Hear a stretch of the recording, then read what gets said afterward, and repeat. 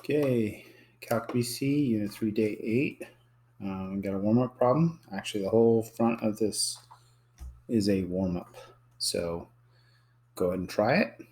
Get some, just double make sure you guys know what we've been doing last few days. Try the problems. So pause the video right now and try them all, and then I'll go over them. Okay, so first we're just going to try and sketch the curve. I also want you to, label initial and terminal points and direction and all that stuff. Get the Cartesian equation. So this one's kind of interesting. As cotangent, it has 2 over sine. So what you're going to use these Pythagorean identities. Sine squared plus cosine squared equals 1. Or if you divide everything by sine, you get 1 plus cotangent squared. 1 over sine squared would be cosecant squared. Divide everything by cosine, you get tangent squared plus 1 secant squared. So we have cotangent, and then we have 2 over sine. What you should think is, that's 1 over sine is cosecant. So we want to use this second one here. Okay? So let's see. Let's go and do that. So I'm going to replace, let's see, we have 1 plus cotangent right here. It's going to be y over negative 3 squared equals cosecant. It's going to be x over 2 squared. So 1 plus y squared over 9 equals x squared over 4. Now we want the 1 to be by itself, but we also want it to be positive, so it makes the most sense to maybe just subtract this to the other side. And then you can just flip the sides around if you want. So x squared over 4 minus y squared over 9 equals 1. That's our Cartesian equation, and that's a hyperbola. Okay, conic section. Sketching the graph of it, left 2, right 2, up 3, down 3. So square root of the number underneath each. Draw a box. This is exactly the same work I do for ellipses, but for a hyperbola, we're going to connect the corners with diagonals, and those are going to end up being slant asymptotes on our graph. And then it's either up, down, or left, right. These guys are positive, so it's going to be left, right. So I'm just drawing the whole graph lightly because we might not get the whole graph when we're done. Okay, so then I would make a table. T, X, Y. Now I'm going to leave some extra room just in case I need to find any other values. And I think this one might have some interesting things. Hyperbolas kind of get a little weird. We're starting at pi over 2. We're ending at 3 pi over 2. I'm leaving a little room to find some points in between just in case. Now if I plug pi over 2 in here, cotangent is cosine over sine. So that's actually easier for me in my head. Okay, so pi over 2. Sine is 1. So you get 2 here, and sine's 1 here. So cosine of pi over 2 is 0. So the first point is at 2, 0. Now, hopefully, that point shows up on your rough graph. If it doesn't, then something's wrong. So that's our initial point. And 3 pi over 2, sine equals negative 1, so that's going to be negative 2. And sine is negative 1, and cosine is 0, so it's going to be 0 again. So negative 2, this is the terminal point, negative 2, 0.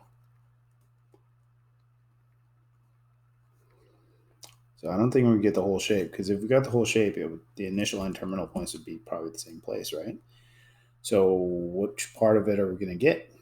Well, let's just try and plug some different values in. If we plug pi in, sine of pi is 0, you get 2 over 0 is undefined, right? In other words, it goes to infinity, right? And y is also undefined because you get division by 0, so it's going to some kind of infinity. What that probably indicates on these graphs is that it's on one of the asymptotes. Pi is actually on an asymptote, like right at that place where it's not defined. We could pick some other values in between. Now, to help, you might give these guys these common denominators that are, a little bigger. That would be 2 pi over 4. This would be 6 pi over 4. And so maybe that gives you some good ideas like, oh, let's try 3 pi over 4. Sorry. So I just thought, well, I want to get some of these other denominators. So if I make them all have the same denominator, it's easier to figure out, well, which ones are between which ones. And so maybe 5 pi over 4 would be a good point to pick. So 3 pi over 4, that's second quadrant, reference angle pi over 4. Sine is going to be root 2 over 2. But really that's the same as 1 over root 2. So it's going to be 2 root 2. I mean, however you want to figure that out, it's going to be 2 root 2. And over here, cosine of 3 pi over 4 over sine of 3 pi over 4, it's quadrant 2. They're both going to be root 2 over 2, but they're going to have different signs, so it's going to turn out negative. But there's already a negative, so it's going to actually be positive 3. Now, we could do 5 pi over 4 real quick. It's going to be similar values, but it's a third quadrant. So now sine is negative, so we're going to get 2 over negative root 2 over 2, which will end up being negative 2 root 2. And quadrant 3, they're both negative, so it's going to actually give you a positive 1, but there's already negative, so it's going to be negative 3. Now, for graphing purposes, let's estimate this now. This is also the same thing as square root of 8, which I think is easier to estimate. Square root of 8 is between square root of 4 and square root of 9. It's between 2 and 3. It's a lot closer to 9 than it is 4. So I'm going to say maybe like 2.8. So this is probably about negative 2.8. And that should be good enough at least to confirm that it's in the right spot in the graph. And I'm just getting these points because, again, this infinity tells me we're on an asymptote. Well, which one? And which way, are we coming in? So this will help us. So 2.8 comma 3 would be like right here, right?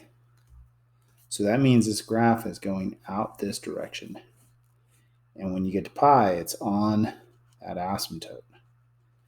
The graph, it's this portion of the graph, but this is also the direction. So remember the arrows that are part of the graph, that's not indicating direction, it's indicating the graph keeps going.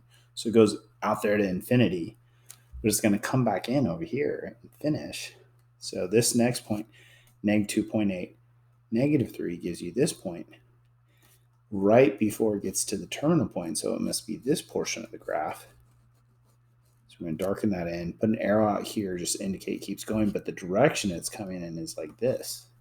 So it's weird. It goes out, boom, to infinity, comes back in from infinity, and ends right there. So kind of an interesting situation. It's not really top or bottom or left or right. It's like part over here and part over here. So, I mean, these are all things I'm going to want, on your next test labeled. I want the graph to look great and have all these important things labeled on them.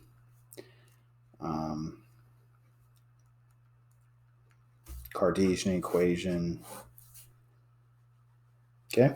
All right. Now, number 2 says find the equation of the tangent line to the curve at t equals 2 of this different one. So this is a different problem. Find the equation of the tangent line of the curve. So this is the age-old question from the beginning of Calc AB. Find the equation of the tangent line of the curve. You need 2 things. You need a point and a slope. The point's pretty easy because you're going to plug 2 in to the equation for x, and it gives you 4. That's the x coordinate. And then plug 2 into the equation for y, and that's the y coordinate. So the point for your tangent line that you're going to use is 411. The other thing we need is the slope. All right, we need the slope, which has always been dy dx. But now to get dy dx with parametrics, we do dy dt over dx dt. And so dy dt is going to be 3t squared, and dx dt is going to be 2t. And that's going to simplify to 3/2 t. So the slope at time 2 is going to be 3/2 times 2. It's going to be 3. That's your slope. So the equation of your tangent line is going to be y minus 11 equals 3 times x minus 4. Point slope form is good enough. That's it. Now, if you wanted to see what this graph looks like, it's kind of interesting. You weren't asked to do this, but t equals plus or minus the square root of x. And you can plug it into the other equation for y. So we have plus or minus x to the 1/2 cubed plus 3. So we get y equals plus or minus x to the 3/2 plus 3. That's the Cartesian equation. This graph is kind of interesting because this graph, if you just plug some points in, 0 is going to be at 3. 1 is going to give you either 4 or 2. What's another nice value that you can take the square root of? 4. 4 is at, if we plug 4 in, we get 2 cubed is 8, plus 3 is 11. So you get 11 up here, or you get -8, which would be -5. That would be down here. And so this is what the graph looks like. It's like that seagull function, but sideways. And we're finding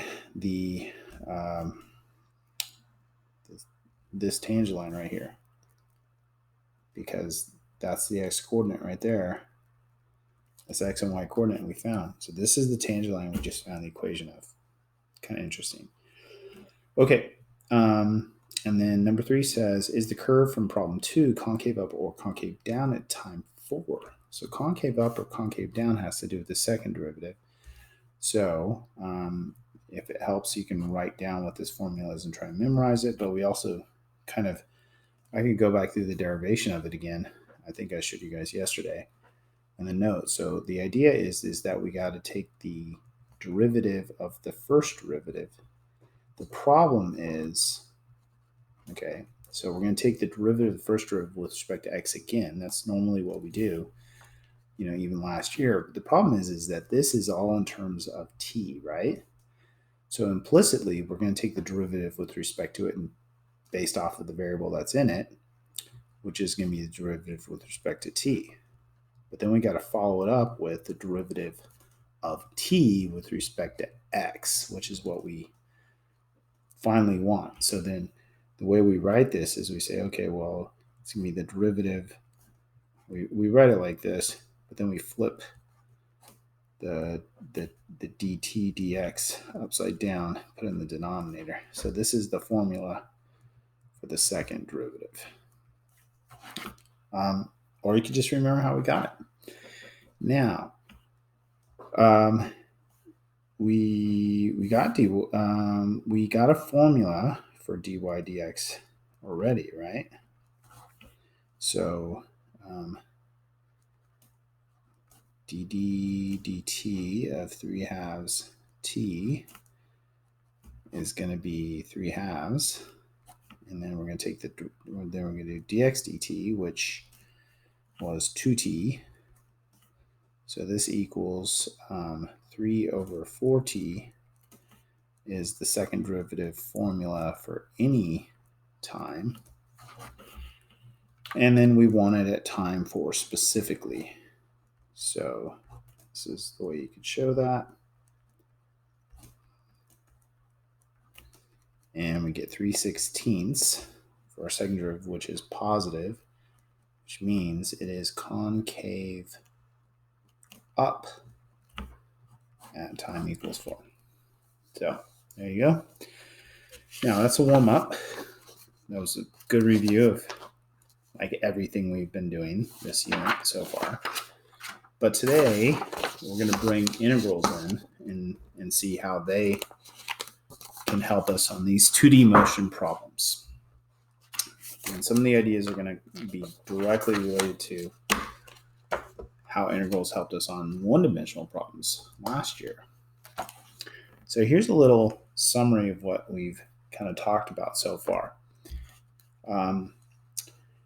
We have position, which is xy coordinates like normal, but they are functions with respect to time, and this is usually how we write the coordinates of position since algebra 1. Then we take the derivative of position, we get velocity. Well, so right here, this is all rectilinear, one-dimensional, and this is all two-dimensional. Two dimensions, we take derivative of x separately with respect to time, get the velocity in the x direction, take derivative of y with respect to time on its own, you get velocity in the y direction. And this is the way we write our velocity now, as a vector, x and y components separate. Then we can do acceleration, which is second derivative with respect to time. Don't confuse that with concavity. Okay, this is different than what we're doing in the front. This is the second derivative of x with respect to time, which is a lot easier. We get acceleration in the x and y directions separately. So we're doing a lot of the work we did last year, but double the amount. And when we write the answers, we're writing them in these two separate components. Now, the other idea to remember is that in general, the velocity is going to be at some kind of angle. And so we're breaking it up into the velocity in the x direction horizontally and the velocity in the y direction. And it forms a little right triangle. And that's going to help us figure out some things. Now, from Calc AB, we talked about displacement, which was the integral of velocity, right? And we talked about distance, which was the integral of the absolute value of velocity. So that would force everything to be positive and accumulate all of it, right? Which is also, by the way, the integral of speed. Okay. And speed was the absolute value of velocity. So this is all stuff from last year. But we're going to be using the same ideas. For parametrics, guess what? Speed is the absolute value of velocity, which would be the size of that vector, taking the direction part out of it. Speed doesn't care about direction.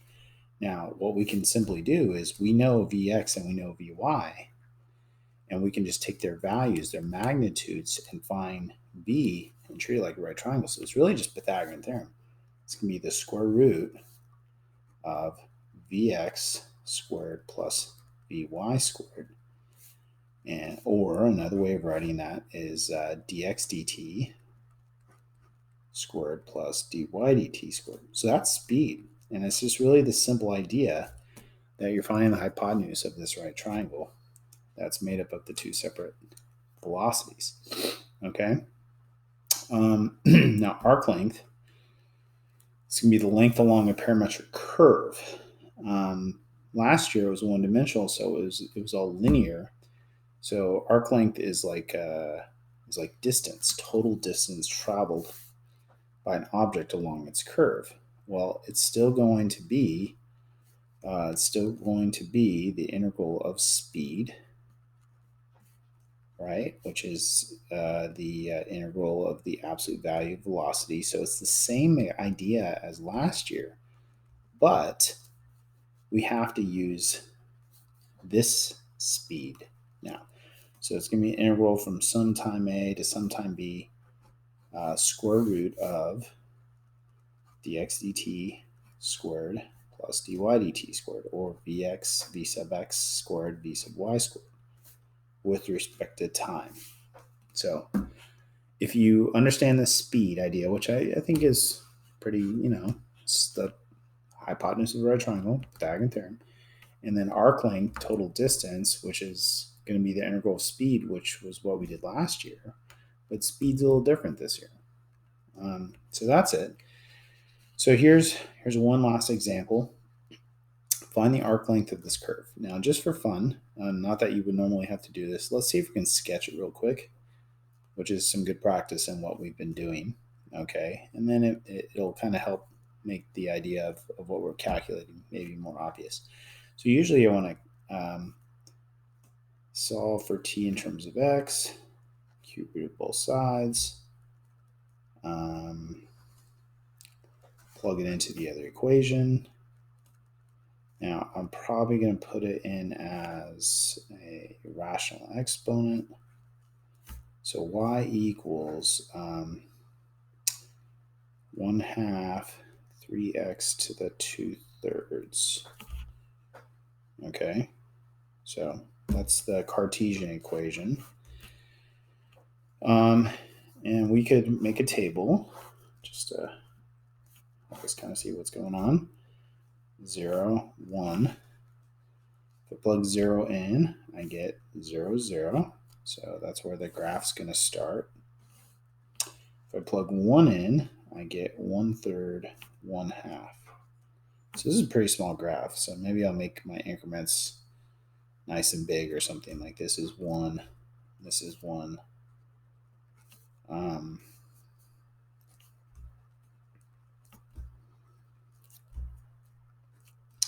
So 0, 0 is on the graph for sure. And then 1/3, 1/2. Well, that's pretty small. That's like right here. Now, what's the rest of the graph look like? Well, if you're to plug 2 in, you would get 8/3, which is 2 and 2/3. Be way out here. And then 2. So that would be like up here, I guess. Or, yeah. So graph kind of looks like this. It's like it looks like a sideways parabola. You can plug negative values in there. So if you plugged in -1, you would get negative 1/3. So that would be over here, I guess. And -1 in there would be positive 1/2. So I think it's kind of like a Siegel function, I think. So something like that. But usually we're not going to go into negative time. But I was just doing it from an algebraic standpoint.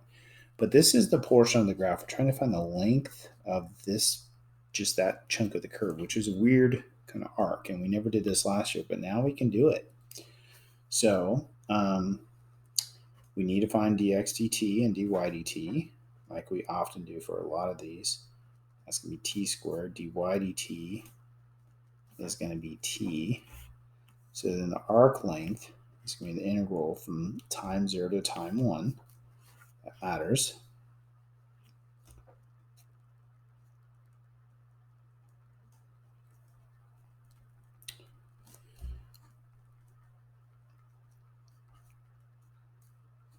Just adding some more of the things that we've been doing over and over again. You guys should get pretty good at this stuff. Initial point, terminal point, direction.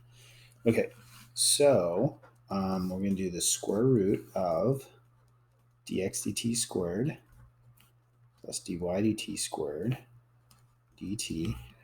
Let's see how far we can get. Let's see if we can do this even without a calculator. Probably want to simplify it. So that's going to be t to the 4th plus t squared. And you know what we could do? We could factor t squared out of these. And then we'd be able to get a t. And then we could use u substitution. Nice. U equals t squared plus 1. Du equals 2t dt. I don't want the 2. So it's going to be 1/2 square root of u du. So 1/2. And then when we integrate this, that'd be u to the 3/2 divide by the new exponent, right? And then I'm going to change it back into x, or I'm sorry, t squared plus 1 to 3/2. And now otherwise you could change your limits to u limits. We've done that before, right? That would be you would plug t equals 0 into your u, and u would be 1. And if you plugged t1 in, you get u equals 2. You could do that, or you could change it back to into t. So we're going to get, if you plug a 1 in here, 1/3, 2 3/2, minus, if you plug 0 in, you don't get 0. You get that. So our final answer, this would be the square root of 8, which is 2√2 minus 1 all over 3. That's a nice tidy answer for the arc length of that curve right there. So